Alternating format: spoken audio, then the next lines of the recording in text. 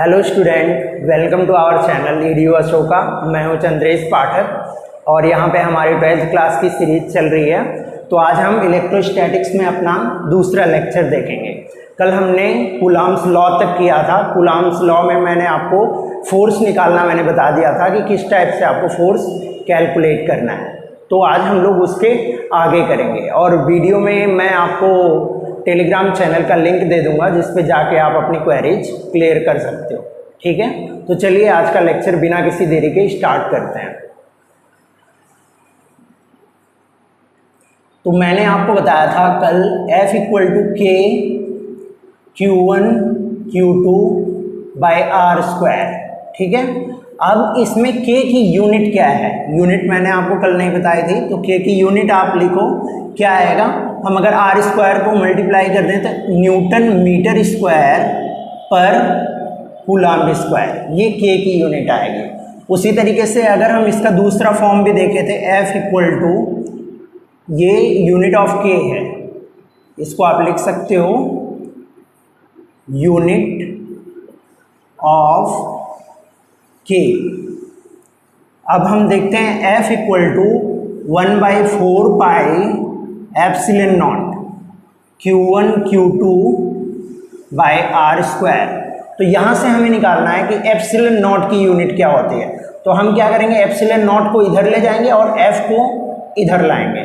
तो अगर हमें यूनिट लिखनी हुई तो क्या होगी, unit of epsilon not equal to क्या हो जाएगी, यहाँ से अगर हम इसको लाएंगे तो कूलॉम्ब स्क्वायर पर न्यूटन मीटर स्क्वायर। ठीक है ना, तो ये इसकी यूनिट हो जाएगी। तो ये दोनों यूनिट आप लोग नोट डाउन कर लो। इसके बाद हम लोग स्टार्ट करते हैं आज vector form of coulombs law. ठीक है ना, चलो मैं रब करता हूँ इसको, आप लोगों ने लिख लिया होगा। तो अब हम स्टार्ट करते हैं अपना वेक्टर फॉर्म ऑफ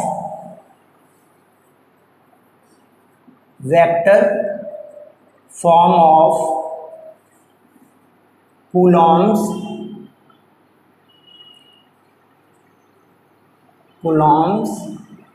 लॉ। हम कूलॉम्ब्स लॉ को वेक्टर फॉर्म में कैसे लिखें? ठीक है ना, तो मैं मान लेता हूँ ये मेरा एक कोऑर्डिनेट सिस्टम है, ये है एक्स एक्सिस और ये है वाई एक्सिस। मैं एक्स वाई में इसको देखता हूँ, वैसे कोई भी एक्सिस पे ये हो सकते हैं, जेड एक्सिस भी ले सकते हो आप यहाँ पे। तो यहाँ पे अगर कोई चार्ज रखा हुआ है, मान लो यहाँ पे हमारा चार्ज क्या है Q1 और एक दूसरा चार्ज रखा हुआ है, ये क्या है Q2। ठीक है, तो अगर हम Q1 चार्ज का पोजीशन वेक्टर देखें, पोजीशन वेक्टर कहाँ से, ओरिजिन से हम देखते हैं, तो ये पोजीशन वेक्टर इसका क्या है, R1 है, R1 वेक्टर। ठीक है, और अगर हम Q2 का पोजीशन वेक्टर देखें तो Q2 का पोजीशन वेक्टर क्या है, R2 वेक्टर। ठीक है, तो अब हमें निकालना है इन दोनों के बीच में कुछ इंट्रैक्शन फोर्स लग रहा होगा। जैसा मैंने बताया था, अगर दोनों पॉजिटिव हैं तो वो फोर्स किधर लगेगा, इस लाइन को ज्वाइन करने वाली लाइन के अलॉन्ग इधर लगेगा, इस पे इधर लगेगा। तो इसको हम क्या बोल सकते हैं, इस डायरेक्शन में जो फोर्स लग रहा है ये फोर्स ऑन 2 ड्यू टू 1, तो इसको हम लोग बोल सकते हैं फोर्स ऑन 2 ड्यू टू 1। इसको हम वेक्टर फॉर्म में लिखेंगे। और इसको हम क्या बोल सकते हैं, फोर्स ऑन 1 ड्यू टू 2। ठीक है, इसको भी हम क्या लिखेंगे, वेक्टर फॉर्म में लिखेंगे। और अगर हम यहाँ पे ये वाला वेक्टर देखें, ये वाला वेक्टर हमारा हो गया क्या, आर वेक्टर, हम इसको बोल देते हैं। ठीक है ना, तो अब हमें निकालना है कि ये फोर्स ऑन 2 ड्यू टू 1 क्या आएगा, तो इसको हमें निकालना है। ठीक है ना, तो हम क्या करेंगे, हमारा जो फॉर्मूला है F इक्वल टू के Q1 Q2 by R square, यही हमारा फॉर्मूला है। तो अगर हम बताओ ये आर वेक्टर अगर लिखें, आर वेक्टर हमारा क्या होगा, R2 vector minus R1 vector. आप जानते हो अगर इस डायरेक्शन में ये वेक्टर है तो इस वाले पोजीशन वेक्टर में से ये पोजीशन वेक्टर आप घटा दोगे। तो अगर आपको लिखना है R वेक्टर तो क्या आ जाएगा बताओ आप, R2 vector minus R1 vector, ये आ जाएगा आपका R वेक्टर। ठीक है, इसको हम इक्वेशन नंबर 1 मान के रखते हैं अभी। ये हमारा न्यूटन जो कूलम्ब्स ने लॉ दिया था वो है। ठीक है, तो R2 vector minus R1 vector आता है। अब हमें निकालना है force on 2 due to 1। Force on 2 due to 1 अगर हम निकालें, फोर्स ऑन 2 ड्यू टू 1 अगर वेक्टर फॉर्म में हम इसको लिखें तो क्या आएगा आप बताओ। कि यहाँ पे Q1 है, ये Q2 है, Q1 Q2 by are square. Are क्या होगा, आर वेक्टर का मैग्नीट्यूड होगा, आर वेक्टर का मैग्नीट्यूड और इसका स्क्वायर। ठीक है, और अगर हम इस वेक्टर की डायरेक्शन की बात करें, F21 की डायरेक्शन की अगर हम बात करें तो इसकी डायरेक्शन क्या होगी, आर वेक्टर की ही डायरेक्शन होगी। जिस डायरेक्शन में आर वेक्टर है उसी डायरेक्शन में क्या होगी, इसकी भी डायरेक्शन होगी। तो हम क्या करेंगे, यहाँ आर वेक्टर के यूनिट वेक्टर से इसमें मल्टीप्लाई कर देंगे। ठीक है, तो ये मिल गया हमारा वेक्टर फॉर्म। अब हम इसको थोड़ा फर्दर सिंप्लीफाई करते हैं और हम पोजीशन वेक्टर के फॉर्म में लेके आते हैं इसको। तो अगर मैं लिखता हूँ F(2) due to 1 in vector form, तो क्या होगा आप बताओ। ये K Q1 Q2 by R2 vector minus R1 vector का मैग्नीट्यूड और इसका स्क्वायर। और यहाँ पे क्या कर सकते हैं, आर कैप हमें लिखना है। तो ये वेक्टर डिवाइडेड विद इस वेक्टर का मैग्नीट्यूड, वही तो होता है यूनिट वेक्टर। अगर हमें यूनिट वेक्टर किसी वेक्टर का निकालना होता है तो हम क्या करते हैं, उस वेक्टर को उसी के मैग्नीट्यूड से डिवाइड कर देते हैं। यही हम करते हैं, आप जानते हो, आपने वेक्टर में पढ़ा होगा। ठीक है, तो हम इस वेक्टर को इसी के मैग्नीट्यूड से डिवाइड कर देंगे। अगर आपने वेक्टर नहीं पढ़ा है तो बहुत ही जल्दी मैं अपनी सीरीज में 11th क्लास की सीरीज में वेक्टर ऐड करने वाला हूं, तो वहां से आप पढ़ सकते हो। तो वहां पे आपका सारा डाउट क्लियर हो जाएगा कि ये ऐसा क्यों हो रहा है।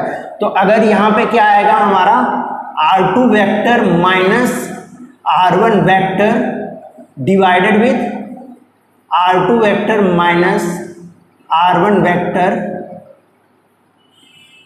का मैग्नीट्यूड। ठीक है ना। तो अब अगर हम इसको फर्दर लिखें तो हम क्या लिख सकते हैं, इसी को K Q1 Q2 divided with ये R2 माइनस R1 वेक्टर का क्या हो जाएगा, होल क्यूब हो जाएगा। R2 vector minus R1 vector का होल क्यूब, और यहां पे क्या मिल जाएगा हमें, R2 vector minus R1 vector. ठीक है, तो ये मिल गया हमें F(2) ड्यू टू 1। ठीक है, ये हमें फॉर्मूला मिल गया। अब इसी तरीके से आप बताओ, अगर हमें निकालना हुआ F(1) due to 2, F(1) due to 2 निकालना हुआ तो उसकी डायरेक्शन इसकी ऑपोजिट हो जाएगी। तो अगर हम इसी को माइनस कर दें तो हमें क्या मिल जाएगा, F(1) ड्यू टू 2। तो अगर हम निकालें F(1) due to 2 vector form में तो क्या मिलेगा, K Q1 Q2 by R2 minus R1 का अगर मैग्नीट्यूड निकालते हो या R1 माइनस R2 का मैग्नीट्यूड निकालते हो, मैग्नीट्यूड हमेशा क्या आएगा आपका, सेम आएगा। तो यहां पे आप कर सकते हो R1 minus R2, R1 vector minus R2 vector magnitude का होल क्यूब, और यहां पे क्या करना है, आपको माइनस साइन लेना है। ये आपको माइनस साइन लेना है। इसको अभी हम लोग R2 माइनस R1 ही रखते हैं। ठीक है, और यहाँ पे क्या मिल जाएगा आपको, R2 vector minus R1 vector. ठीक है, ये मिल जाएगा। अब हम क्या करते हैं, माइनस साइन को अंदर ले जाते हैं इस वेक्टर के अंदर। ठीक है, तो क्या मिलेगा हमें बताओ आप, K Q1 Q2, जो R2 माइनस R1 है उसको आप R1 माइनस R2 भी लिख सकते हो, मैग्नीट्यूड में कोई डिफरेंस नहीं आएगा। R1 माइनस R2 वेक्टर के मैग्नीट्यूड का होल क्यूब, और क्या मिलेगा हमें, R2 vector minus R1 vector. ठीक है, मिल जाएगा। ये हो गया हमारा force on 1 force on one due to two. ठीक है, तो ये कूलॉम्स लॉ का हमारा वेक्टर फॉर्म है, तो इसको आप लोग नोट डाउन कर लो, फिर हम लोग आगे बढ़ते हैं, इस पे क्वेश्चंस करते हैं। ठीक है ना, कर लिया होगा आप लोगों ने। तो हम सबसे पहले कुछ सिंपल क्वेश्चन करेंगे बोर्ड लेवल के, ठीक है, फिर उसके बाद मैं स्टैंडर्ड थोड़ा सा बढ़ाऊंगा और सबसे लास्ट में हम एडवांस लेवल के क्वेश्चन करेंगे। ठीक है ना,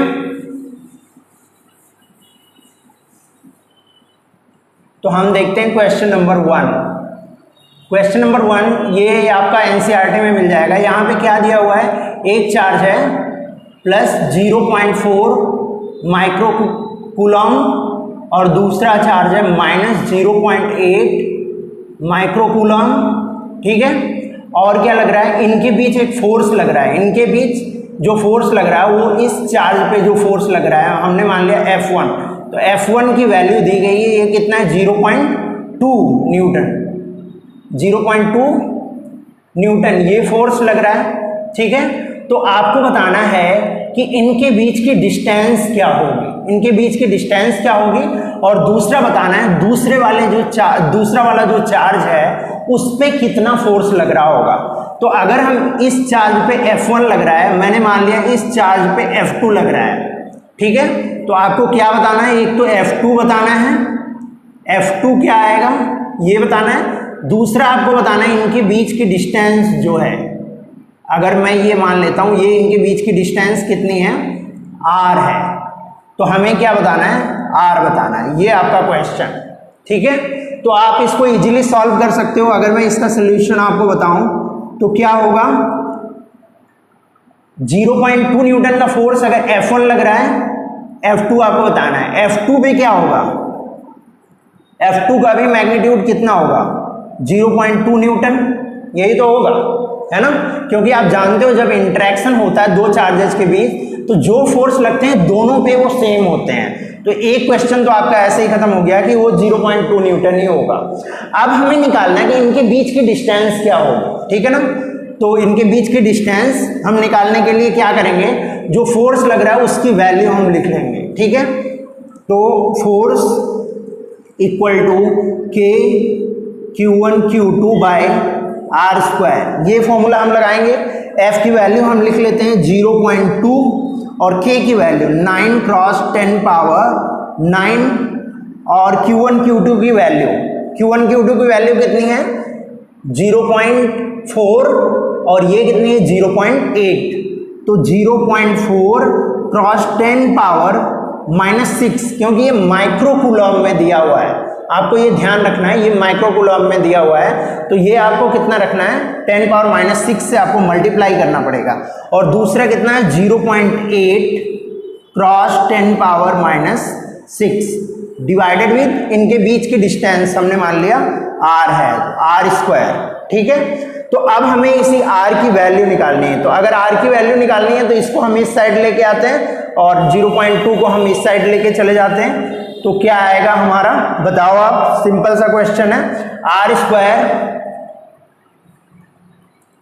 स्क्वायर क्या मिल जाएगा आपका, equal to 9 cross 10 power 9 cross, इसको मैं 0.4 को 4 कर देता हूं, 4 क्रॉस 10 पावर -7 हो जाएगा, क्योंकि मैंने एक पॉइंट यहां से चेंज किया है, तो ये 10 पावर -7 हो जाएगा।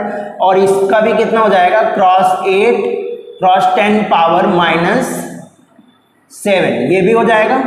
डिवाइडेड विद क्या होगा 0.2। ठीक है, ये वैल्यू आ जाएगी यहाँ पे।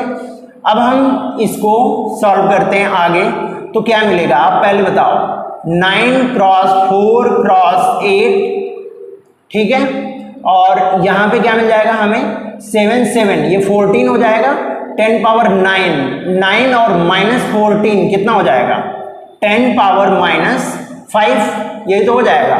9 और 14 को आप माइनस करोगे तो यहाँ 0.2 है, तो इसको हम क्या लिख सकते हैं, 2 क्रॉस 10 पावर -1 लिख सकते हैं हम। -1 जब ऊपर जाएगा तो कितना मिल जाएगा हमें, +4 मिल जाएगा, ये -4 मिल जाएगा हमें। 10⁻⁻1 ऊपर जाएगा तो +1 होगा, और -5 की वजह से कितना मिल जाएगा, -4 मिल जाएगा हमें। तो क्या होगा, 9 cross 4 cross 8 divided with 2 cross 10⁻⁻4। ठीक है, अब हम 2 से 8 को कैंसिल कर देते हैं तो कितना मिल जाएगा, यहाँ भी हमें 4 मिल जाएगा। अब हम क्या करते हैं, सभी का स्क्वायर रूट ले लेते हैं, कंप्लीट का स्क्वायर रूट ले लेते हैं। तो अगर हम r लिखेंगे, कंप्लीट स्क्वायर रूट अगर हम लेते हैं तो 9 का स्क्वायर रूट कितना मिलेगा, 3, 4 का स्क्वायर रूट कितना मिलेगा, 4, और ये जो हमारा 2 तो इससे कैंसिल हो गया था, यहाँ कितना बचा था, 4 का स्क्वायर रूट 2 मिलेगा ना, और यहाँ पे ये कितना मिलेगा, ये भी 2 मिलेगा, और यहाँ पे इसका स्क्वायर रूट कितना मिल जाएगा, 10⁻⁻2। तो अगर हम इसको लिखें तो कितना मिल जाएगा, 12 क्रॉस 10⁻⁻2। तो अगर इनके बीच के हम डिस्टेंस लिखते हैं 10⁻⁻2 तो ये कितना आ जाएगा, r = 12 सेंटीमीटर। तो आंसर आपका क्या हो गया, ये 12 सेंटीमीटर। इसको आप लोग नोट डाउन करो, फिर मैं आपको नेक्स्ट क्वेश्चन बताता हूं।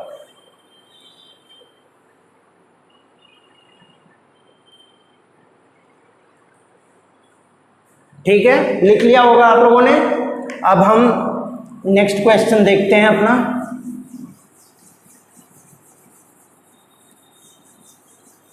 क्वेश्चन नंबर 2, ये भी आपका एनसीईआरटी का ही क्वेश्चन है। इसमें क्या दिया हुआ है, एक स्क्वायर है जिसमें यहाँ पे चार्ज है 5 माइक्रोकूलम, यहाँ पे चार्ज है 2 माइक्रोकूलम, यहाँ पे चार्ज है -5 माइक्रोकूलम, और यहाँ पे चार्ज है 2 माइक्रोकूलम। ठीक है, अब इनके बीच की डिस्टेंस दी हुई है, इनके बीच का सेपरेशन कितना दिया हुआ है, 10 सेंटीमीटर। ठीक है, इनके बीच का सेपरेशन जो है वो कितना है, 10 सेंटीमीटर। ठीक है, तो अब अगर इनको हम देखें तो इनको आपको बताना है कि अगर हम इसके सेंटर पे एक चार्ज रखें, सेंटर पे एक चार्ज रखें जिसकी वैल्यू हो 1 माइक्रोकूलम, और ये क्या है, पॉजिटिव चार्ज है। ठीक है ना, ये पॉजिटिव चार्ज है, तो आपको बताना है कि इस पे नेट फोर्स कितना आएगा। क्या बताना है आपको, इस पे नेट फोर्स कितना आएगा इस पे। ठीक है ना, तो अब हम इस क्वेश्चन को सॉल्व करते हैं। तो सबसे पहले आप देखो, अगर ये 2 माइक्रोकूलम की वजह से हम फोर्स देखेंगे तो इधर लगेगा। इसको मैं थोड़ा बड़ा फिगर बनाता हूं, तब आपको ज्यादा बढ़िया से दिखेगा और समझ भी आएगा। ठीक है,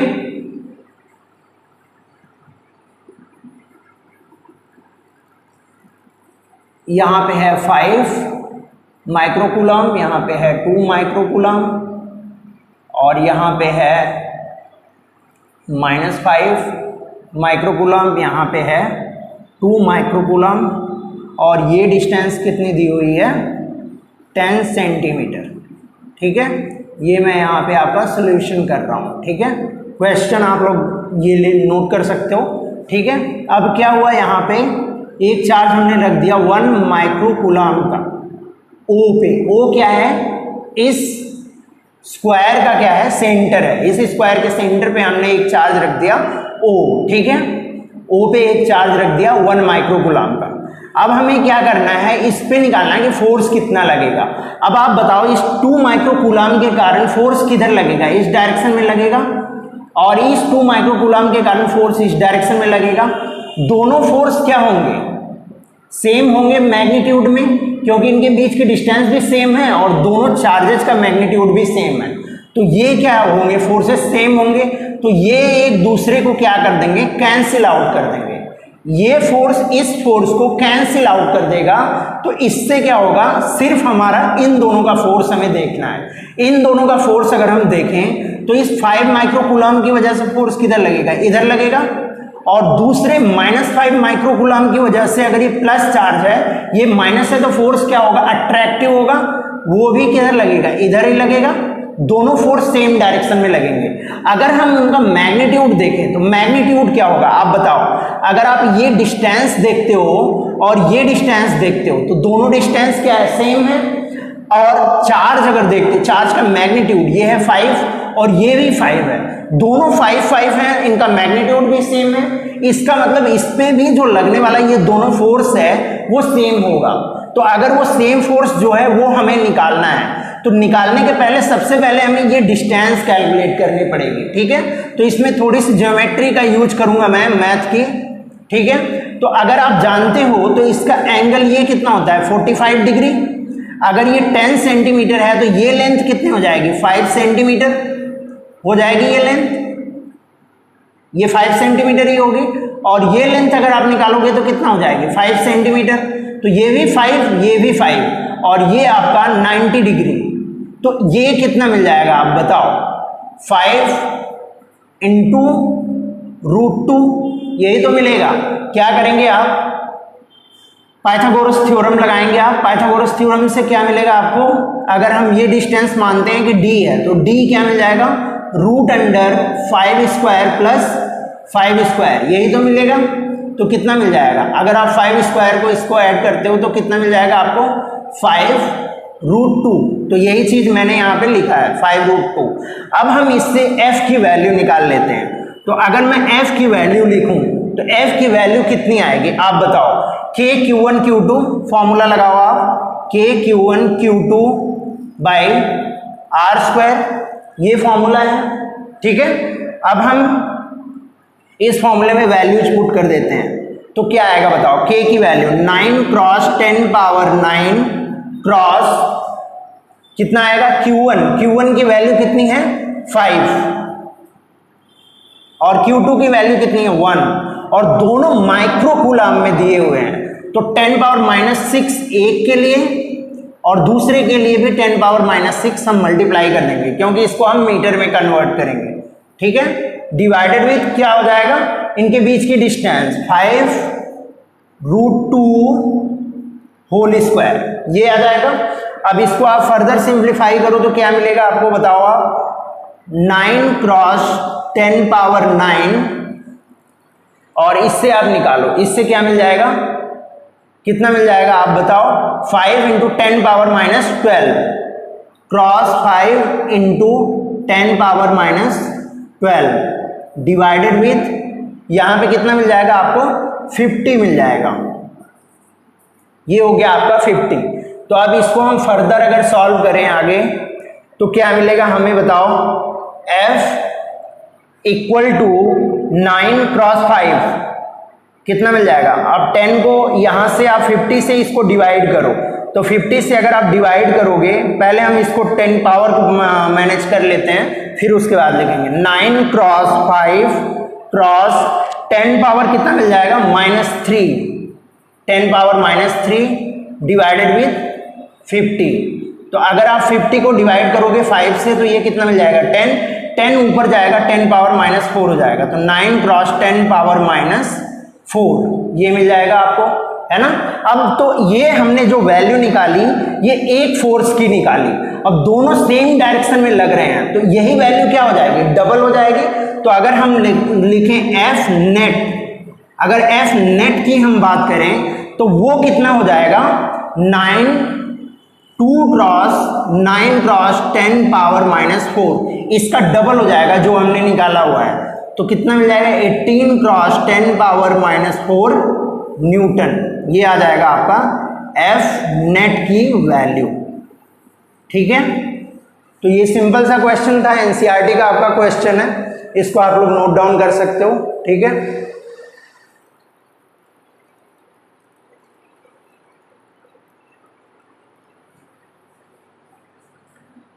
हो गया, चलिए अब हम नेक्स्ट क्वेश्चन देखते हैं। नेक्स्ट क्वेश्चन में नीट 2019 का क्वेश्चन लेता हूं। नेक्स्ट क्वेश्चन में क्या दिया हुआ है, क्वेश्चन नंबर 3 हो गया ये आपका, ये नीट 2019 का क्वेश्चन है, ठीक है। इसमें क्या दिया हुआ है, एक चार्ज है +Q, दूसरा चार्ज है -Q, ठीक है। ये दोनों कुछ सेपरेशन R पे रखे हुए हैं, ठीक है ना, R डिस्टेंस पे ये रखे हुए हैं। अब हमने क्या किया कि एक चार्ज में से 25% ये ऑब्जेक्ट है ए और ये दूसरा ऑब्जेक्ट है B. 25% of charge transferred from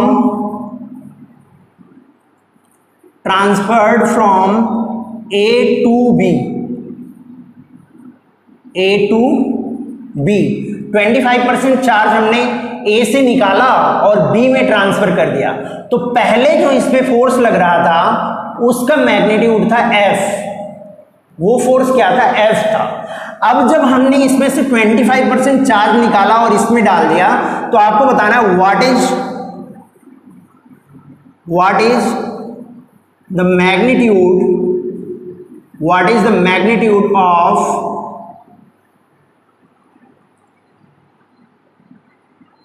net force after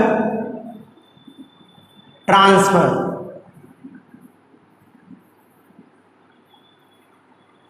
करने के बाद, चार्ज को ट्रांसफर करने के बाद इसका मैग्नीट्यूड कितना हो जाएगा, ये हमें बताना है। तो अब हम इस क्वेश्चन को सॉल्व करते हैं, इसका सॉल्यूशन देखते हैं हम लोग। सॉल्यूशन लिखने के पहले मैं आपको बोलूंगा आप लोग एक बार ट्राई करो इस क्वेश्चन को, है ना, इस क्वेश्चन को आप लोग ट्राई करो एक बार। चलो अब हम लोग इसका सॉल्यूशन देखते हैं, ठीक है। इसका सॉल्यूशन देखते हैं। पहले ये Q था और ये माइनस Q था, तो Q का अगर आप 25% निकालोगे तो अगर आप 25% ऑफ Q, 25% ऑफ Q कितना मिलेगा ये बताओ आप। Q का 25%, Q इंटू 25/100, ऐसे ही तो आप निकालते हो 25% कितना आएगा, तो ये कितना आ गया Q/4। अब हमने क्या करा, यहां से Q/4 निकाला और यहां पे ट्रांसफर कर दिया। तो यहां से Q/4 अगर हम निकालेंगे तो इस पॉइंट पे चार्ज ऑन ए कितना बचेगा, अगर हमने Q/4 निकाल दिया तो कितना बचेगा, 3Q/4 बचेगा। कि Q माइनस Q/4 अगर आप करोगे तो आपको मिल जाएगा 3Q/4। अब हमने इसको यहां पे ट्रांसफर कर दिया। जब हमने यहां पे ट्रांसफर करा तो चार्ज ऑन बी पे चार्ज कितना हो गया, पहले चार्ज था -Q, अब हमने उसमें +Q/4 ऐड कर दिया। तो मैं इसको कर देता हूं -Q प्लस Q/4 को हमने ऐड कर दिया, तो कितना मिल गया हमें, -3Q/4। कितना मिल गया हमें, -3Q/4। अब हमें पता लग गया इन दोनों के बीच चार्ज कितना हो गया, -3Q/4, ठीक है। अब हम देखते हैं इनिशियली, अब हम सॉल्व करते हैं इनिशियली क्या था। इनिशियली इन पे फोर्स कितना लग रहा था, F लग रहा था। तो इनिशियली क्या था, F इक्वल टू क्या था, KQ²/R², ये था, इसको मान लो आप 1, ठीक है। इनिशियली ये था। अब हम निकालते हैं फाइनली क्या होगा। फाइनली हमने मान लिया इस पे फोर्स चेंज होके F1 हो गया। तो अगर हम F1 निकालें तो हम यही फॉर्मूला लगाएंगे, Q1 Q2/R², यही फॉर्मूला लगाएंगे। तो अब हमें क्या मिलेगा, Q1 की वैल्यू कितनी हो गई आप बताओ, सिर्फ हमें मैग्नीट्यूड लिखना है क्योंकि हमने डायरेक्शन दिखा दी है, ठीक है। 3Q/4, ये भी 3Q/4, तो आप लिखोगे 3/4Q into 3/4Q divided with R, ठीक है, R², ठीक है। तो अब अगर इसको आप फर्दर सिंप्लीफाई करो तो कितना मिल जाएगा, 3/4 तो 9/16 बाहर निकाल लिया आपने, KQ²/R²। अब ये KQ²/R² किसके इक्वल था, F के इक्वल था। तो इसको आप किससे रिप्लेस कर दो, F से, तो कितना आ जाएगा 9/16F। ये क्या आ गया, फ्रॉम इक्वेशन 1, इक्वेशन 1 से आपका इतना आ गया, तो ये हो गई आपकी किसकी वैल्यू, F1 की। यही आपका आंसर है, ठीक है। जब आप इसको ट्रांसफर कर दोगे चार्ज, तो फोर्स कितना हो जाएगा, 9/16 F हो जाएगा, ठीक है। इसको आप नोट डाउन करो, फिर हम लोग नेक्स्ट क्वेश्चन देखते हैं।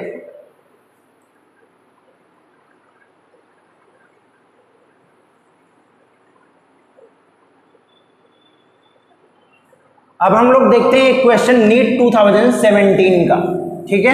आप लोगों ने नोट डाउन कर लिया होगा।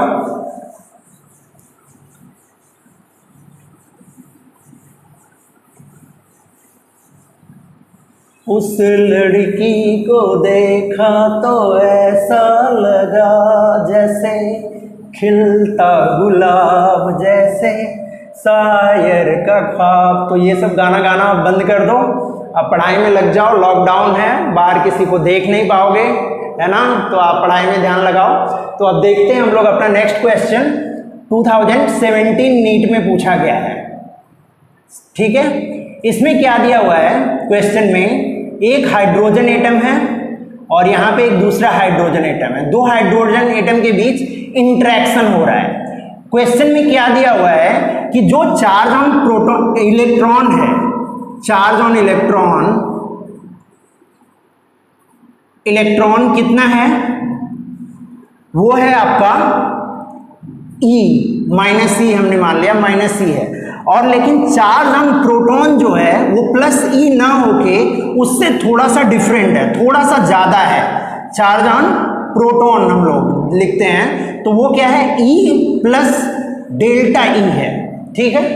तो अब बताओ आप, हाइड्रोजन एटम पे चार्ज कितना हो जाएगा, इस हाइड्रोजन एटम पे और इस हाइड्रोजन एटम पे, दोनों हाइड्रोजन एटम पे, सोच के बताओ आप, क्योंकि इसमें एक इलेक्ट्रॉन होता है और एक ही प्रोटॉन होता है। तो अगर आपको नेट चार्ज निकालना है, तो जो एक इलेक्ट्रॉन पे चार्ज है वो और जो एक प्रोटॉन पे चार्ज है वो, दोनों को आप ऐड कर दो।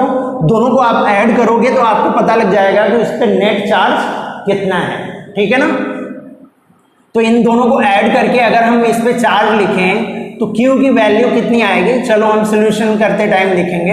अब हम क्वेश्चन देख लेते हैं, क्वेश्चन में क्या पूछा गया है। अब क्या होता है, इन दोनों को जब हम r डिस्टेंस पे सपोज रख देते हैं, तो क्या होता है कि इनके बीच लगने वाला ग्रेविटेशनल फोर्स, ये फोर्स ऑफ ग्रेविटी होगा, फोर्स ऑफ ग्रेविटी, और इधर लगेगा इनका force of electric force, Coulomb force, ठीक है ना। ये दोनों फोर्स एक दूसरे को क्या करते हैं, बैलेंस करते हैं, और ये दोनों क्या हैं, रेस्ट में हैं।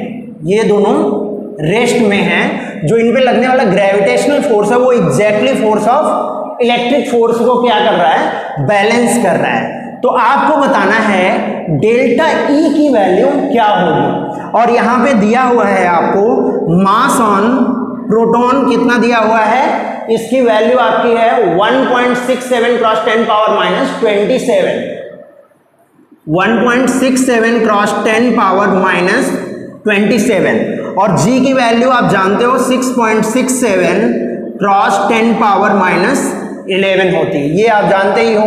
अब हम लिखते हैं, अब हम अगर इस पे लगने वाला ग्रेविटेशनल फोर्स सबसे पहले देखते हैं, तो force of gravity, force of gravity अगर हम देखेंगे तो क्या मिलेगा, आप बताओ, G m of hydrogen into m of hydrogen, दोनों हाइड्रोजन ही हैं, डिवाइडेड विथ r², ठीक है, ये मिलेगा।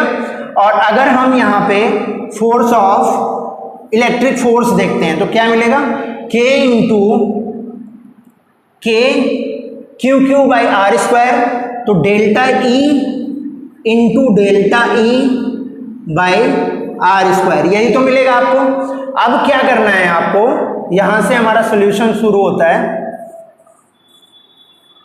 ठीक है ना, यहां से आपको सॉल्व करना है।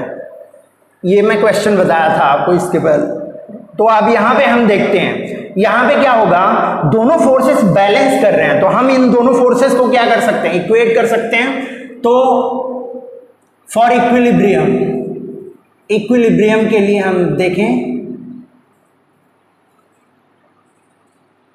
फॉर इक्विलिब्रियम क्या होगा, F of G is equal to F of E, gravitational force electric force को क्या करेगा, बैलेंस करेगा। तो हम वैल्यू रख देते हैं G mass of hydrogen into mass of hydrogen divided with R square equal to K delta E into delta E divided with R square, यही तो होगा। अब हम वैल्यूज सारी पुट कर देते हैं इनकी।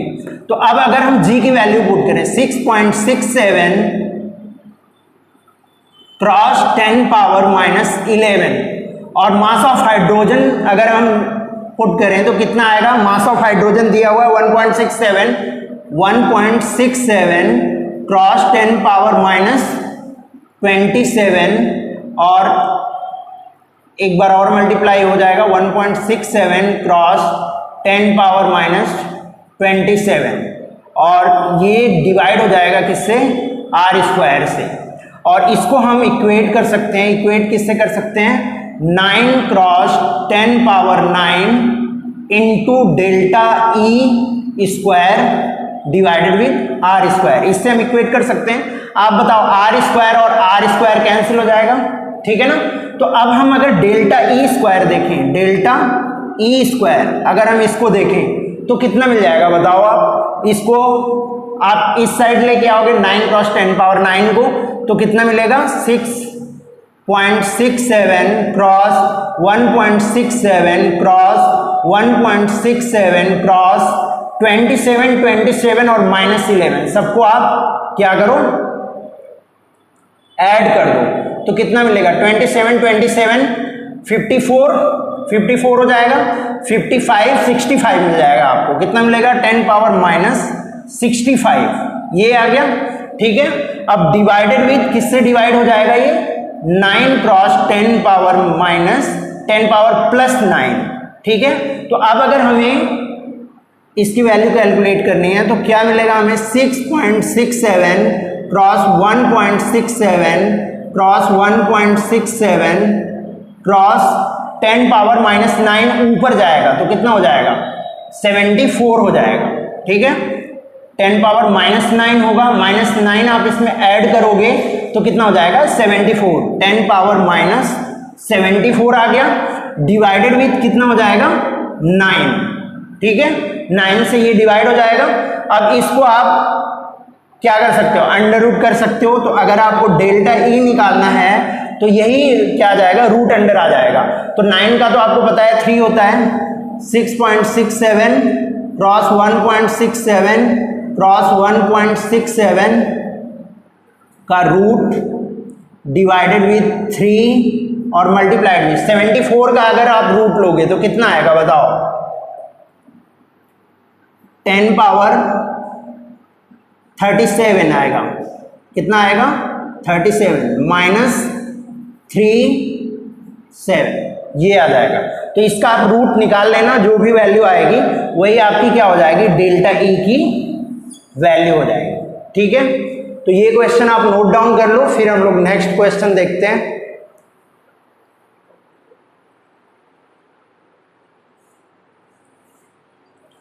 चलो नेक्स्ट क्वेश्चन देखते हैं। नेक्स्ट क्वेश्चन नीट 2013 में आया हुआ है, ठीक है। नीट 2013 में ये क्वेश्चन पूछा गया है।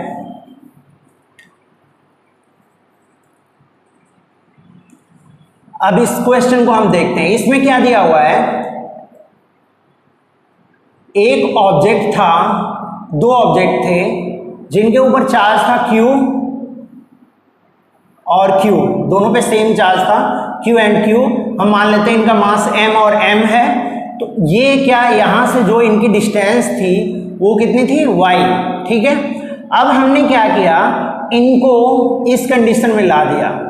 इसको हमने क्या कर दिया, दोनों की स्ट्रिंग को क्लैंप कर दिया और क्लैंप करके एक जगह से y/2 डिस्टेंस से, इसकी जो डिस्टेंस है y/2 से इसको क्लैंप करके कुछ इस तरीके से कर दिया हमने। पहले इसके बीच का सेपरेशन क्या था, सेपरेशन गिवन था, हम मान लेते हैं सेपरेशन a गिवन था, ठीक है। अब हमने क्या कर दिया, इसको क्लैंप कर दिया। क्लैंप करने के बाद आपको बताना है इन दोनों पार्टिकल के बीच का सेपरेशन क्या हो जाएगा, ये डिस्टेंस कितनी हो गई अब y/2, मतलब y/2 पे हमने इसको क्लैंप कर दिया, इसको बांध दिया हमने। तो आपको बताना है अब इस कंडीशन में इसके बीच की डिस्टेंस क्या होगी। तो हम मान लेते हैं इसके बीच की डिस्टेंस कितनी हो जाती है, x हो जाती है।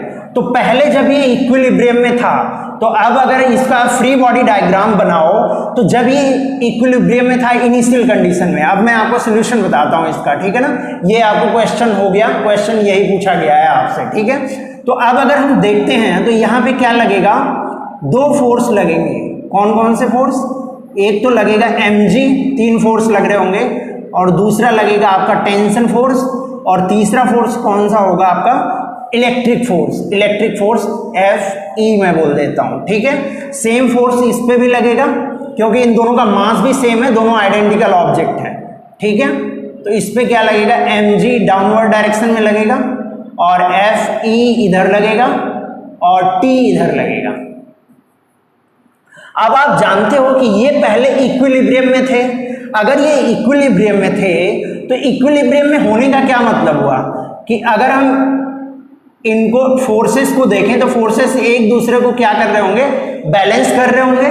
तो अगर हम T का मान लेते हैं, हम ये एंगल हमारा कितना है, थीटा है, ठीक है। ये एंगल हमने थीटा मान लिया, ठीक है।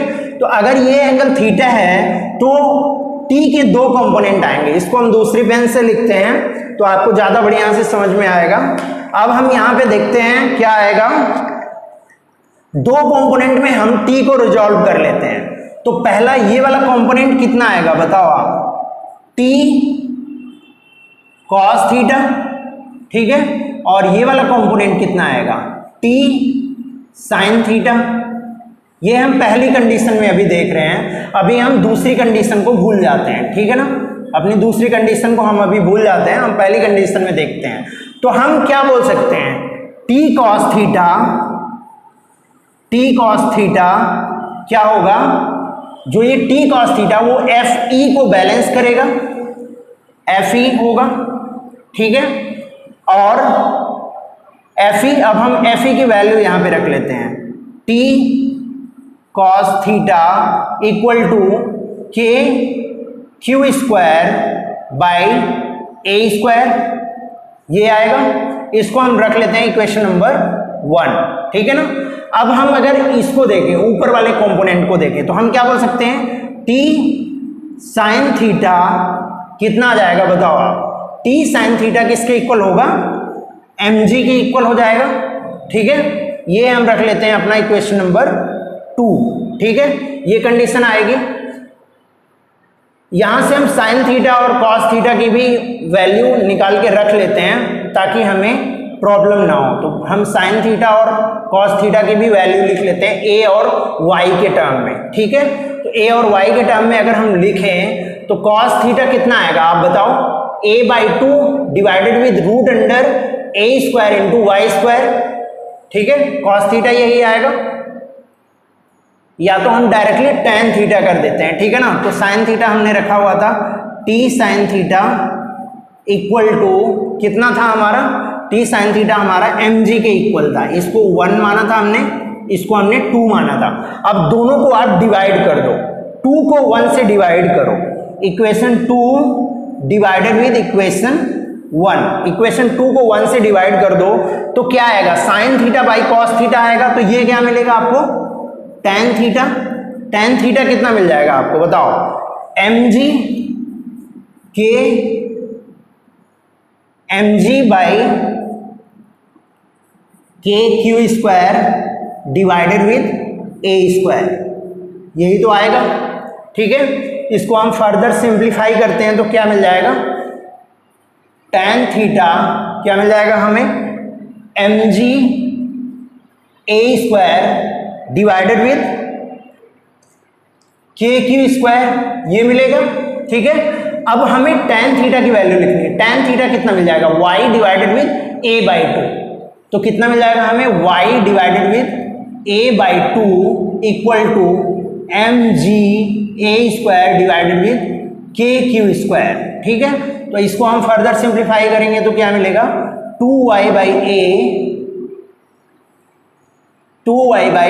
ए equal to mg a square divided with k q square. Equation number 3 मान लेते हैं, ये हमारा तीसरा इक्वेशन हो गया। अब हम अपनी दूसरी कंडीशन पे आते हैं। दूसरी कंडीशन हमें जो दी हुई थी, क्या दिया हुआ था, हमने इसको क्लैंप कर दिया y/2 पे। तो अब इनके बीच की डिस्टेंस हमें बताना है, ठीक है। हमने मान लिया इनके बीच की डिस्टेंस अब कितनी हो गई, x हो गई, यही हमने माना था। अब मैं ये एंगल ये ले लेता हूँ T1, ये जो टेंशन फोर्स है यहाँ पे, अब इसको मैं T1 ले लेता हूँ। और अभी mg तो ऐसे ही लग रहा होगा, और इलेक्ट्रिक फोर्स कितना हो जाएगा, Fe kq square by x square अब हो जाएगा, ठीक है ना। तो अगर हम ये डिस्टेंस देखते हैं तो कितनी होगी हमारी ये डिस्टेंस, y/2। ये डिस्टेंस अब y/2 हो गई। अब हम फिर से उसी तरीके से इक्वेट करते हैं सबको। तो अगर t को हम रिजॉल्व करें दो कंपोनेंट में, तो मैंने आपको बताया था ये एंगल हम ले लेते हैं, क्या होता है हमारा ये एंगल हमारा अल्फा है, हमने मान लिया। तो t cos अल्फा क्या मिल जाएगा हमें, T1 लिया है ना हमने, तो यहाँ पे ये वाला कंपोनेंट कितना मिल जाएगा हमें,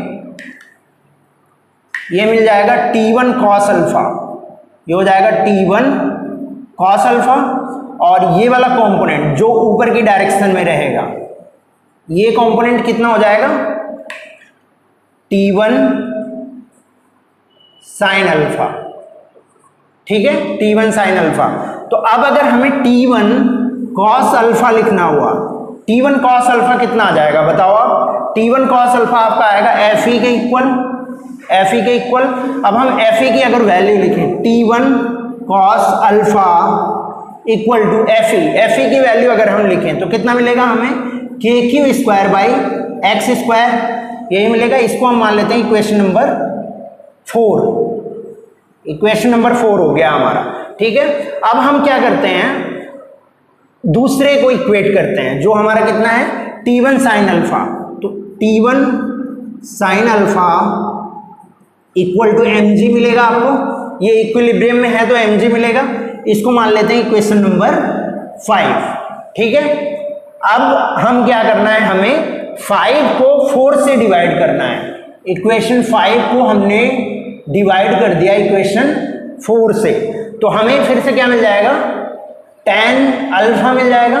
tan अल्फा क्या मिल जाएगा आप बताओ, tan अल्फा क्या मिलेगा, mg divided with k q square by x square, ये मिलेगा, यही मिलेगा आपको। तो tan अल्फा क्या हो जाएगा, mg x square by k q square. अब tan अल्फा की अगर आप वैल्यू लिखो, tan अल्फा की वैल्यू कितनी हो जाएगी, tan अल्फा की value y/2 divided with x/2। तो tan अल्फा कितना मिलेगा, y/2 divided with x/2, y/2 divided with x/2। तो कितना मिल जाएगा हमें, mg x square divided with k q square. तो इसको हम फर्दर सिंप्लीफाई करेंगे तो y/x मिल जाएगा हमें, और mg x square by k q square. अब अगर हम देखें तो हमें a यहां पे गिवन है, तो अब हम क्या करते हैं, इन दोनों इक्वेशन से क्या निकाल लेते हैं, mg बाई के क्यू स्क्वायर की वैल्यू हम रख देते हैं। तो अगर हम इसको मान लेते हैं equation number y by x cube हम कर देते हैं इसको, और इसको हम कितना ले लेते हैं, mg बाई के क्यू स्क्वायर, ठीक है। और यहां पे भी अगर हम देखें ये कितना है, mg बाई के क्यू स्क्वायर। अगर हम a स्क्वायर को यहां पे ले जाएं तो कितना मिल जाएगा, a का क्यूब मिल जाएगा हमें, a का क्यूब मिल जाएगा, और ये कितना मिल जाएगा हमें, mg बाई के क्यू स्क्वायर। तो इन दोनों को हम इक्वेट कर सकते हैं, क्योंकि ये भी mg बाई के क्यू स्क्वायर है और यहाँ भी mg बाई के क्यू स्क्वायर हो जाएगा। तो अगर हम यहाँ से इक्वेट करें तो y by x cube equal to कितना मिल जाएगा हमें, 2y divided with a cube मिल जाएगा हमें, यही तो मिलेगा, ठीक है। अब यहाँ से y और y कैंसिल हो गया। अब अगर हम इधर ले जाते हैं तो हमें क्या मिल जाएगा, एक्स क्यू, ये कितना हो गया एक्स क्यू, 2x³ हो गया इक्वल टू AQ। अब हम दोनों साइड का रूट ले लेते हैं, तो x अगर हमें निकालना हुआ तो कितना मिलेगा, a रूट क्यूब करते हैं तो कितना मिलेगा हमें, a डिवाइडेड विथ 2 का, ठीक है, ये वैल्यू हमें मिल जाएगी। तो इसको आप नोट डाउन कर सकते हो, ठीक है ना, ये आपका आंसर रहेगा। तो इसको आप नोट डाउन कर लो, फिर हम लोग आगे बढ़ते हैं।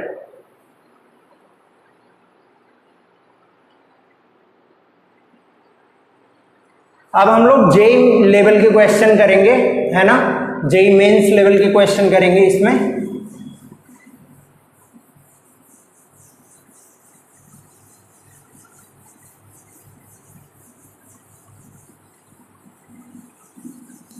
जब से फिजिक्स पढ़ना शुरू किया है, फिजिक्स तो बोरिंग लगने लगी।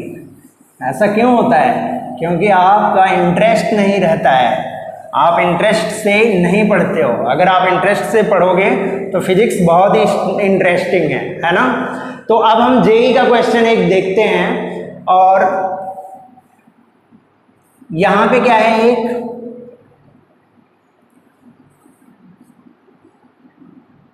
जेई लेवल का क्वेश्चन देखते हैं हम लोग, ठीक है ना।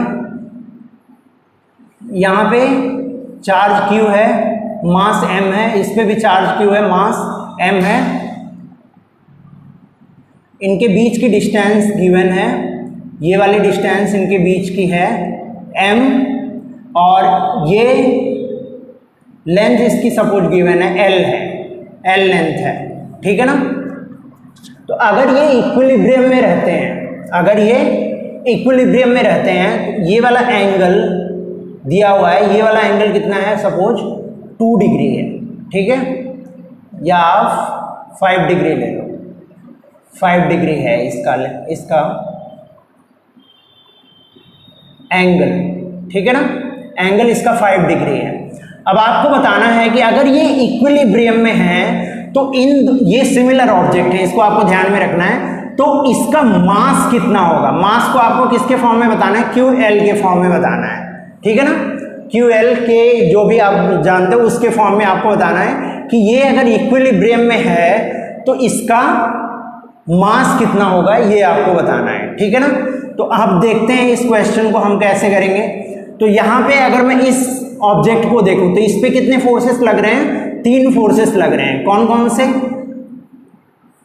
एक तो लग रहा है mg, दूसरा लग रहा है टेंशन फोर्स T, और तीसरा लग रहा है कौन सा फोर्स, ये फोर्स, ये वाला फोर्स कितना है हमारा, F इंटू E बोल देते हैं हम इसको, F ही लग रहा है। तो फिर से हम क्या करेंगे, वेक्टर को रिजॉल्व करेंगे, वेक्टर को इस डायरेक्शन में हमने रिजॉल्व कर दिया और इस डायरेक्शन में रिजॉल्व कर दिया। तो ये एंगल अगर 5 डिग्री है तो ये वाला एंगल कितना होगा, 5 डिग्री ही होगा, ठीक है ना। तो अगर हम रिजॉल्व करते हैं, अगर हम इसको 5 डिग्री ले लेते हैं तो क्या मिलेगा हमें, 5 डिग्री लेने के बाद आप बताओ कमेंट बॉक्स में। तो इसको हमें ये कितना मिल जाएगा, 5 ये मिल जाएगा हमें T साइन 5 डिग्री, 5 डिग्री मिल जाएगा, ठीक है। और ये क्या मिल जाएगा, ये ऊपर वाला component T cos 5 degree, cos 5 degree, यही तो मिलेगा, ठीक है ना। T cos 5 डिग्री मिलेगा, और ये कितना मिलेगा हमें, T sin 5 डिग्री, ठीक है। तो अब अगर हम देखते हैं तो हम क्या boल सकते हैं इसको, ये लेंथ इसकी L गिवन है हमें, ठीक है। तो अगर ये, अब इसको हम देखते हैं T क्या आएगा यहाँ पे, T sine 5 degree equal to F into E, यही तो आएगा, है ना, ये वैल्यू आ जाएगी। तो अब अगर हम T की वैल्यू यहाँ पे वैल्यू रखें, अब यहाँ पे दूसरी वैल्यू क्या रख सकते हैं हम, T साइन 5, इसको हम लिखते हैं 5 degree equal to FE, E की वैल्यू, FE की वैल्यू कितनी आएगी बताओ आप, FE की वैल्यू आ जाएगी, इनके बीच की डिस्टेंस अगर हम मान लेते हैं, इनके बीच की डिस्टेंस कितनी है, x है, ठीक है। अगर इनके बीच की डिस्टेंस x है तो कितना मिलेगा हमें, के q square by x square, यही तो मिलेगा, के q square by x square, ठीक है। अब ये हमारा हो गया t साइन 5 डिग्री, ठीक है ना। इसको हम मान लेते हैं इक्वेशन नंबर 1। अब हम t cos 5 डिग्री की अगर बात करें, t cos 5 डिग्री, 5 डिग्री बहुत ही कम एंगल है, बहुत ही छोटा एंगल है, ठीक है ना। t cos 5 डिग्री की अगर हम बात करें तो कितना मिल जाएगा हमें, mg के इक्वल होगा, इक्वेशन नंबर 2, ठीक है। अब हम क्या करें, अगर इक्वेशन 1 को इक्वेशन 2 से डिवाइड कर दें तो हमें क्या मिलेगा बताओ आप। इक्वेशन 1 को इक्वेशन 2 से डिवाइड कर देंगे तो क्या मिलेगा हमें, tan 5 डिग्री इक्वल टू, यहां से क्या मिल जाएगा, k q square by x square into x square into m g, यही तो मिलेगा हमें। अब आप जानते हो tan 5 डिग्री क्या है, बहुत ही छोटा एंगल है। तो बहुत ही छोटे एंगल के लिए क्या होता है, अगर हम इसको रेडियन में रख दें, 5 डिग्री को अगर हम रेडियन में रख दें तो tan किस में कन्वर्ट हो जाएगा, सिर्फ रेडियन वाले उस एंगल की वैल्यू को ले लेगा। तो अगर हम 5 डिग्री इन रेडियन में अगर हम देखते हैं 5 डिग्री को, तो आप जानते हो 360 डिग्री में कितना होता है, 2 पाई रेडियन होता है। तो अगर 1 की बात करें, 1 डिग्री में 2 पाई बाई 360 रेडियन होगा। तो अगर 5 डिग्री की बात करें तो 5 क्रॉस 2 पाई बाई 360, यही तो आएगा। तो इसको अगर हम लिखें तो कितना आ जाएगा बताओ आप, 2 से इसको डिवाइड कर दो तो ये 180 आ जाएगा, 5 पाई बाई 180। अब इसको आप फर्दर डिवाइड कर दो तो कितना मिल जाएगा आपको, पाई डिवाइडेड विद 336, ये मिल जाएगा आपको, पाई बाई 36 मिल जाएगा। तो tan 5 डिग्री की जगह पे आप क्या लिख सकते हो, पाई बाई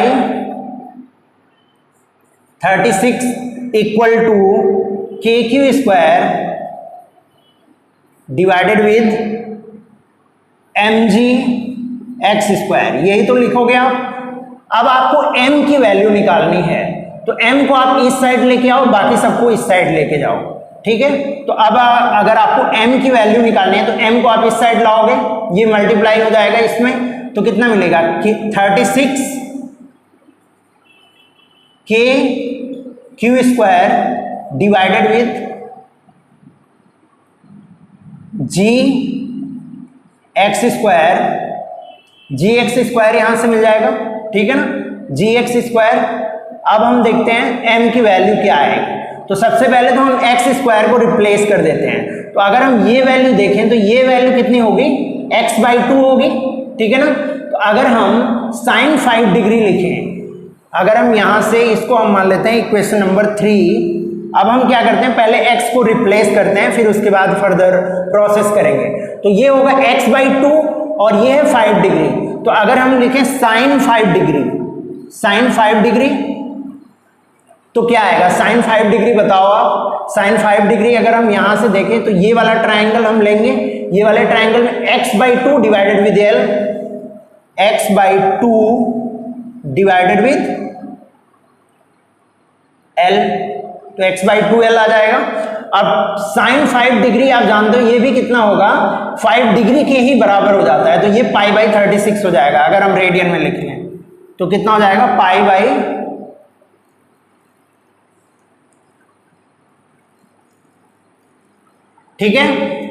36 हो जाएगा और ये हो जाएगा x/2l। तो अगर हम x लिखें, x कितना आ जाएगा बताओ आप, पाई l बाई 18, यही आ जाएगी वैल्यू।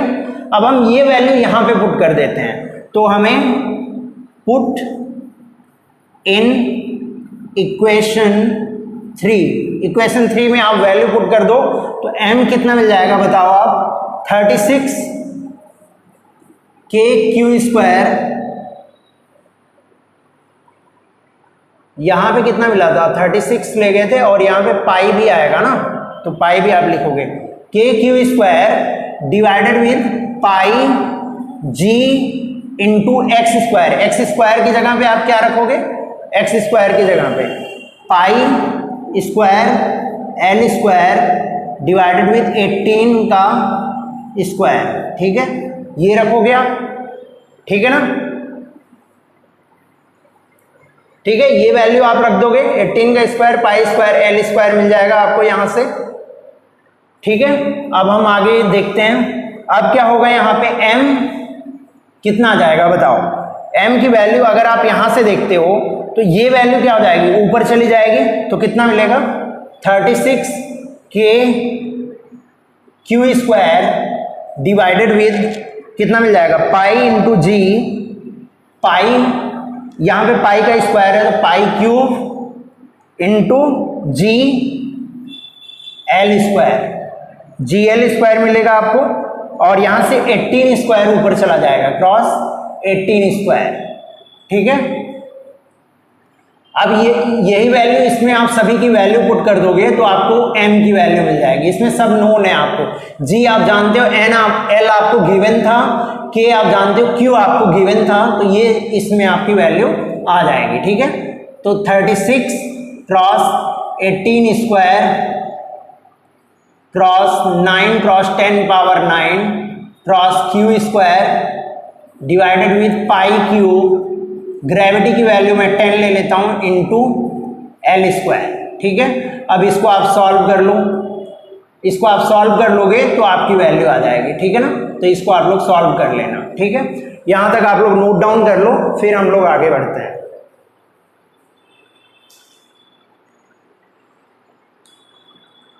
कर लिया होगा आप लोगों ने नोट डाउन, चलिए तो मैं रब करता हूं इसको।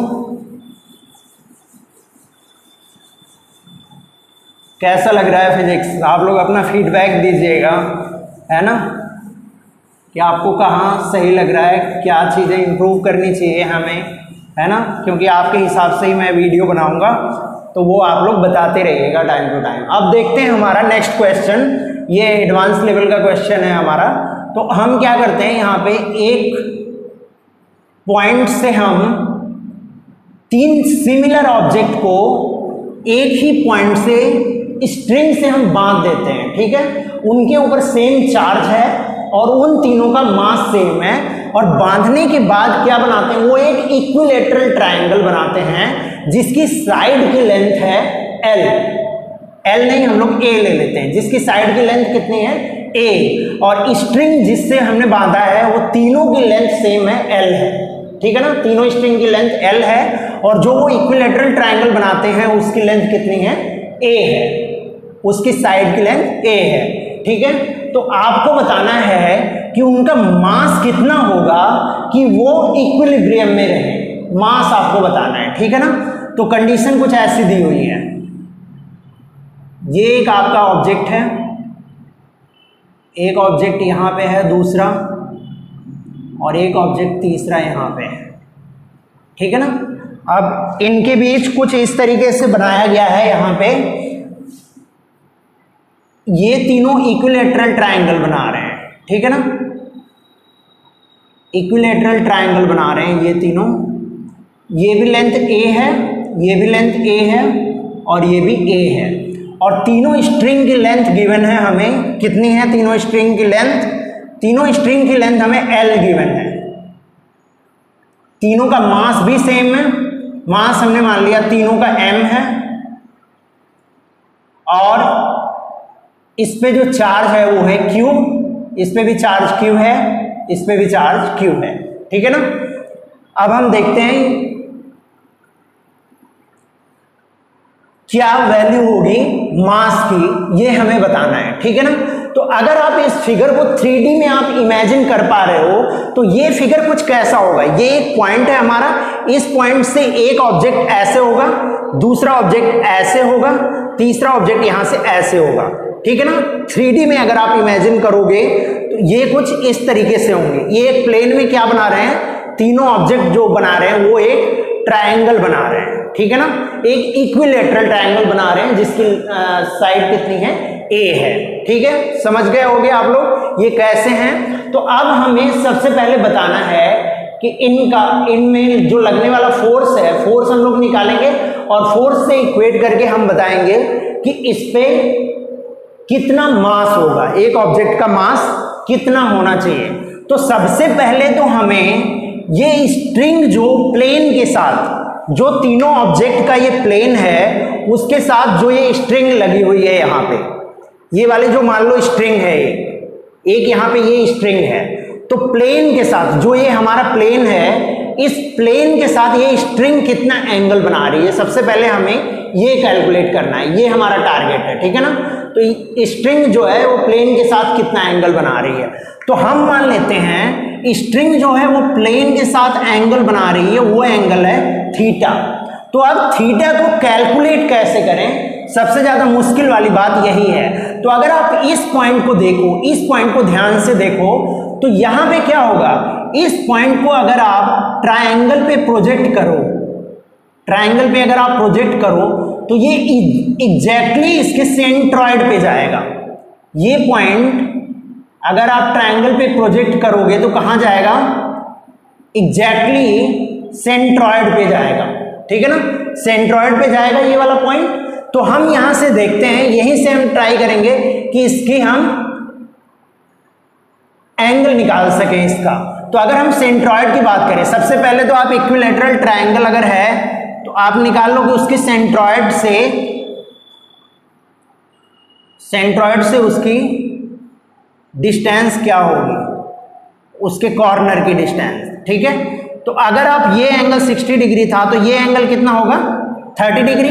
ये इक्विलैटरल ट्रायंगल जो प्लेन वाला है, अभी मैं उसको देख रहा हूं बस, तो ये एंगल कितना होगा, 30 डिग्री। अगर ये 30 डिग्री है तो आप बताओ इसकी लेंथ कितनी होगी, a/2, इसकी लेंथ होगी a/2।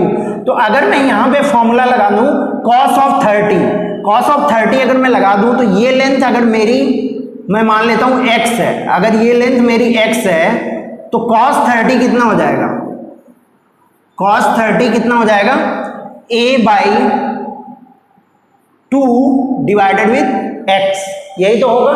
अब cos 30 हम जानते हैं, cos 30 कितना होता है आप बताओ, cos 30 हमारा होता है √3/2, तो ये कितना मिलेगा, a/2x। तो 2 और 2 कैंसिल हो जाएगा, x कितना मिल जाएगा, a/√3, x हमारा मिल गया a/√3। अब हमें कुछ धीरे धीरे हमें चीजें समझ में आएंगी। अब हम क्या करते हैं कि ये वाला प्रोजेक्टेड पार्ट लेते हैं। अभी तक हमने क्या लिया था, ये प्लेन वाला जो ट्रायंगल था इसको हमने लिया था ये लेंथ कैलकुलेट करने के लिए। ठीक है ना, ये लेंथ हम कैलकुलेट कर रहे थे। अब हम क्या करेंगे, ये वाला ट्रायंगल लेंगे जो हमने प्रोजेक्ट किया है यहाँ पे, और इसकी जो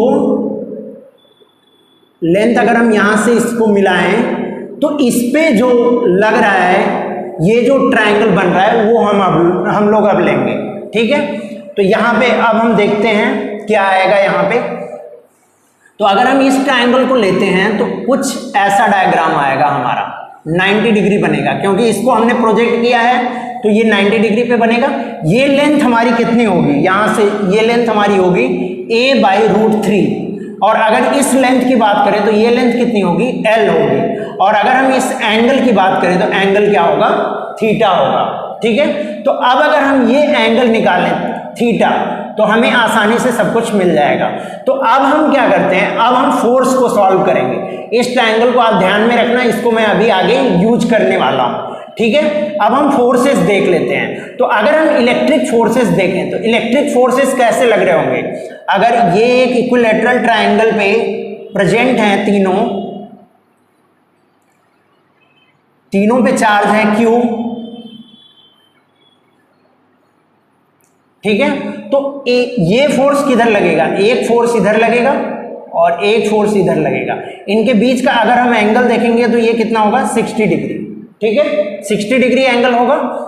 अब हम क्या करते हैं, एक ऑब्जेक्ट पे फोर्स बस कैलकुलेट कर लेते हैं। एक ऑब्जेक्ट पे हमें फोर्स कैलकुलेट करने की जरूरत है। तो अगर हम देखें इस ऑब्जेक्ट पे कितना फोर्स लग रहा होगा तो हमें मिल जाएगा कि वो, तो अगर हम इनके बीच का फोर्स देख लें, अगर एक फोर्स देख लें तो ये कितना होगा, F ई अगर हम बोल दें तो ये भी कितना होगा, एफ ई होगा। तो अगर हम एफ ई की वैल्यू निकालें, एफ ई की वैल्यू तो क्या आएगी, साइड लेंथ इसकी है ए गिवन है हमें, तो के q square by A square, F E की वैल्यू इतनी ही आएगी। अब हम क्या करते हैं, इसका वेक्टर रिजोल्यूशन कर लेते हैं। वेक्टर को हम क्या कर देते हैं, इस लाइन के अलोंग और इस परपेंडिकुलर लाइन के अलोंग, ठीक है ना, ये जो परपेंडिकुलर लाइन है इसके अलोंग और इसके अलोंग हम वेक्टर को रिजॉल्व कर देते हैं। तो एफ ई अगर ये एंगल 60 डिग्री था तो आप बताओ ये वाला एंगल कितना हो जाएगा, ये वाला एंगल, ये वाला एंगल अगर आप देखते हो तो ये एंगल कितना हो जाएगा, 30 डिग्री, 30 डिग्री हो जाएगा ये वाला एंगल। अब ये एंगल अगर 30 डिग्री हो गया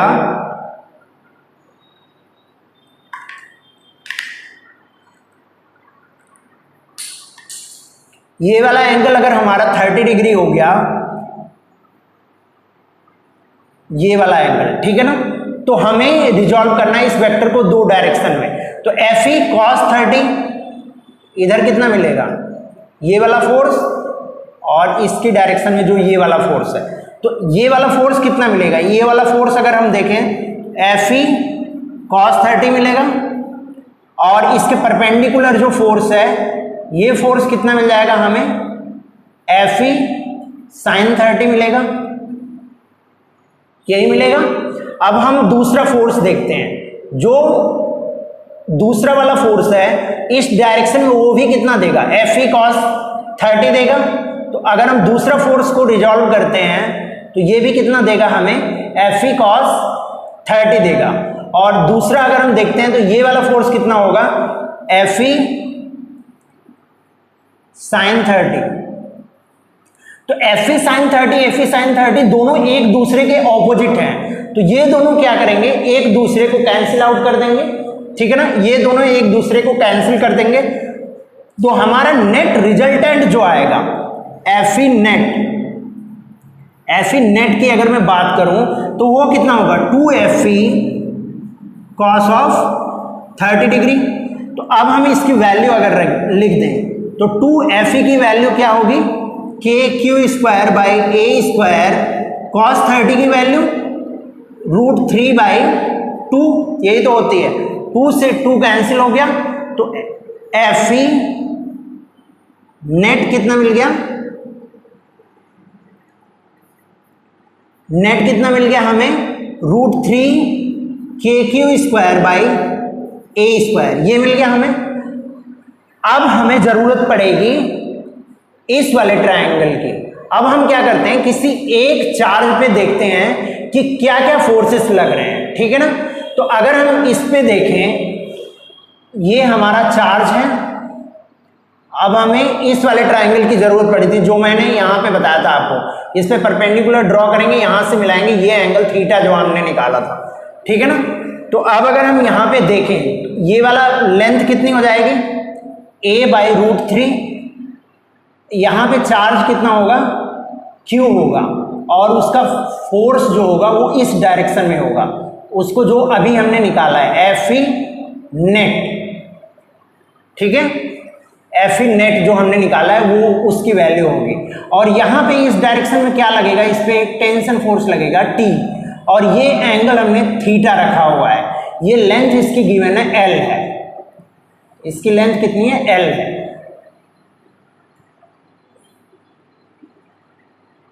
ठीक है, ये है हमारा T। तो अब हमें क्या करना है, इस पे एक mg भी लग रहा होगा नीचे की डायरेक्शन में, नीचे की डायरेक्शन में क्या लग रहा होगा, इस पे mg लग रहा होगा।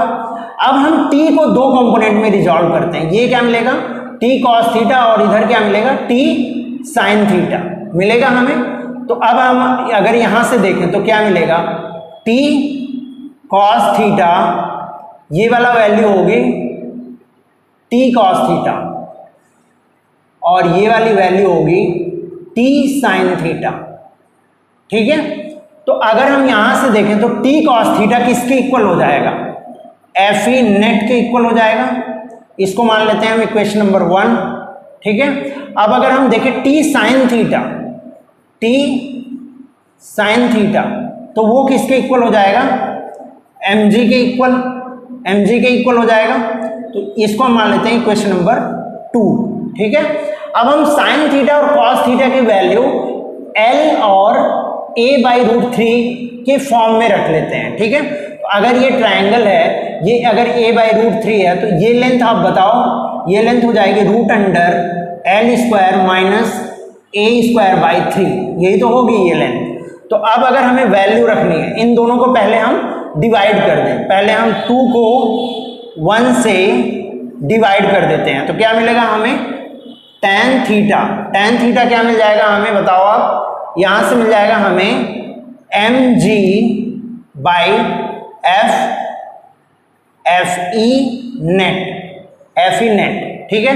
तो tan थीटा की अगर हम वैल्यू रखें तो कितनी मिलेगी, √L² प्लस a² माइनस होगा -a²/3 डिवाइडेड विद a/√3, ठीक है। और अगर हम यहाँ पे वैल्यू रखें mg divided with Fe net की अगर हम वैल्यू रखें तो √3 kq²/a², √3 kq²/a², यही तो है। तो अब हमें क्या निकालना है, m निकालना है। तो हम सबको एक साइड ले जाते हैं, तो क्या मिल जाएगा हमें, यहां से बताओ आप, m क्या मिल जाएगा हमें, इसको हम अगर इधर मल्टीप्लाई कर दें तो कितना मिल जाएगा हमें, √3 kq²/a² into √3 kq²/a² into √3 into इस √3 को मैं ऊपर ले जाऊंगा और उसको मैं रूट के अंदर लेके चला गया, तो 3 इंटू L² माइनस a²/3, ठीक है। ये मिल जाएगा हमें a²/3। अब डिवाइडेड विथ क्या मिलेगा हमें, a मिल जाएगा, क्या मिल जाएगा हमें, a और इंटू g, ठीक है। अब यहाँ पे आप k की वैल्यू, सबकी वैल्यू रखोगे, यहाँ सब नोन है आपका, a भी आपका नोन है, g भी नोन है, k भी नोन है, q भी आपका नोन है। तो यहाँ से सारी वैल्यू आप रख दोगे तो आपको किसकी वैल्यू मिल जाएगी, m की वैल्यू मिल जाएगी। तो इसको आप लोग नोट डाउन कर लो, ये बहुत ही अच्छा क्वेश्चन था और एडवांस लेवल में आपको 3D में समझने में ये हेल्प करेगा कि कैसे 3D में इमेजिन किया जाए, ठीक है ना। तो नोट डाउन कर लिया होगा आप लोगों ने। तो आज के लिए हम लोग इतना ही रहने देते हैं, बाकी हम लोग अपना नेक्स्ट क्लास में देखेंगे, जो भी रहेगा उसको हम लोग बढ़िया से करेंगे, ठीक है ना। तो अगर वीडियो अच्छा लगता है आपको तो लाइक शेयर और सब्सक्राइब करो, और अगर नहीं अच्छा लगता है तो आप वीडियो को डिसलाइक करो और बताओ कमेंट बॉक्स में कि हमें क्या इंप्रूवमेंट करने की जरूरत है, ठीक है ना। जितनी ड्यूरेशन की आपको वीडियो चाहिए वो आप बताओ, जैसे आप बताओगे मैं उसी हिसाब से वीडियो बनाऊंगा, क्योंकि आप लोगों को ही देखना है, तो आप लोगों के हिसाब से ही मैं वीडियो बनाऊंगा, ठीक है। तब तक के लिए bye and thank you so much for watching.